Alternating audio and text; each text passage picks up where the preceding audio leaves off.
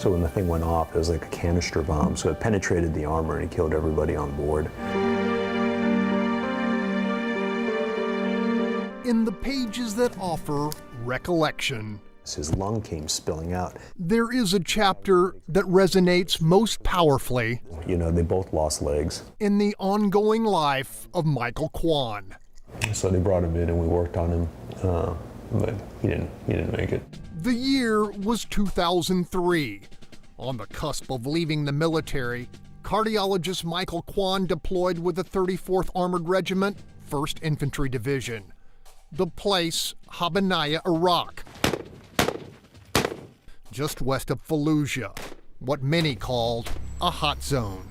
And me and the other medics had talked, and we knew that we weren't all coming back.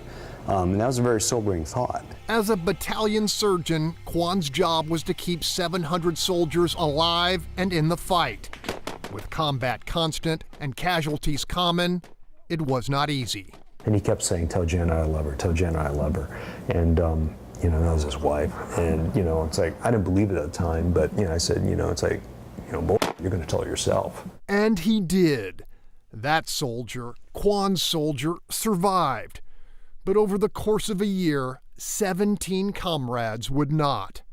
For Michael, each loss left a deep, invisible scar he carries to this day. The first to die was Jason Todd Bryant, a young lieutenant married a mere month. One of the soldiers was told to recover his boots, and we couldn't find his boot. And we couldn't.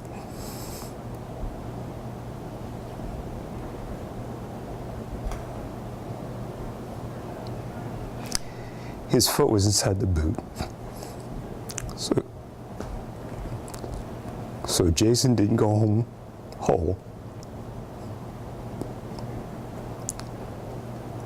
And those are the stupid little things that stay with you. With each day of deployment, each soldier killed in action, Kwan's loyalty and respect embedded more firmly, a bond that's remained unbroken by time, distance, and death.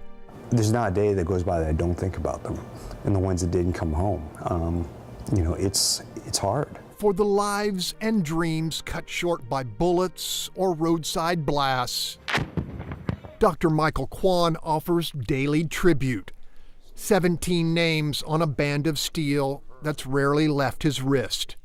A hero bracelet silently fulfilling an unspoken pledge between those who came home and those who did not. And everybody had a fear of dying, but above all else, we had a fear of being forgotten. And in this home, the obligation of a father is embraced by a son. I like to keep him living just as much as he does every single one of his guys.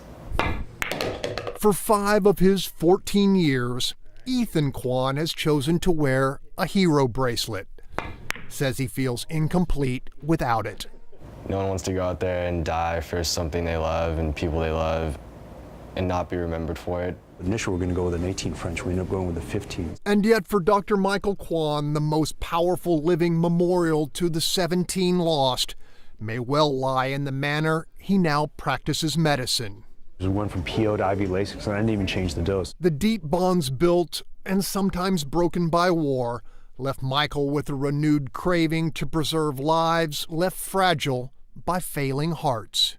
Pressures in the heart look beautiful. As a transplant cardiologist, he reels recipients back from the brink with the gift of time. So if a heart came in tomorrow, yeah, I'd accept it.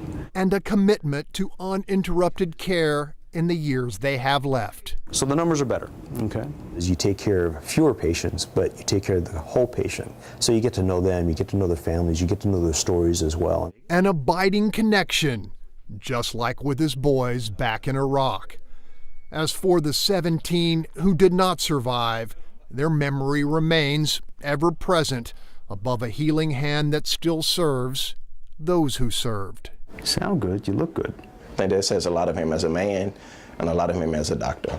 A commitment from which Michael Kwan will never retreat. With him, the fallen need have no fear of being forgotten. In San Antonio, Greg Grugan, Fox 26 News.